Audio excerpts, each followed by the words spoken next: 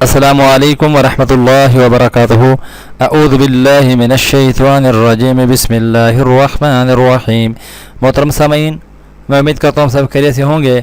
معاشی تنگی سے نجات کی یہ دعا ہے۔ حضرت عبداللہ بن عمر رضی اللہ عنہما نبی کریم صلی اللہ علیہ وسلم سے روایت کرتے ہیں کہ آپ صلی اللہ علیہ وسلم نے فرمایا، تم میں سے جس شخص پر اس کی معیشت تنگ ہو، اس کو گھر سے نکلتے وقت اس دعا کو ضرور پڑھ لینی چاہیے۔ بسم اللہ علی نفسی و مالی و دینی، اللہم رضنی بقضائک و بارک لی فیما قدر لی حتی لا احب تعجیل ما اخرت ولا تأخیر ما عجلت۔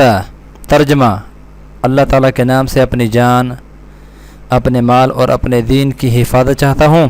اے اللہ، مجھے اپنی تقدیر پر راضی کر دیجئے اور جو میرے لیے مقدر ہے اس میں برکت ڈال دیجئے، تاکہ جس چیز کو تو نے مؤخر کر رکھا ہے اس کی جلدی میں نہ چاہوں، اور جس چیز کو تو نے جلدی دینا ہے اس کی تاخیر نہ چاہوں۔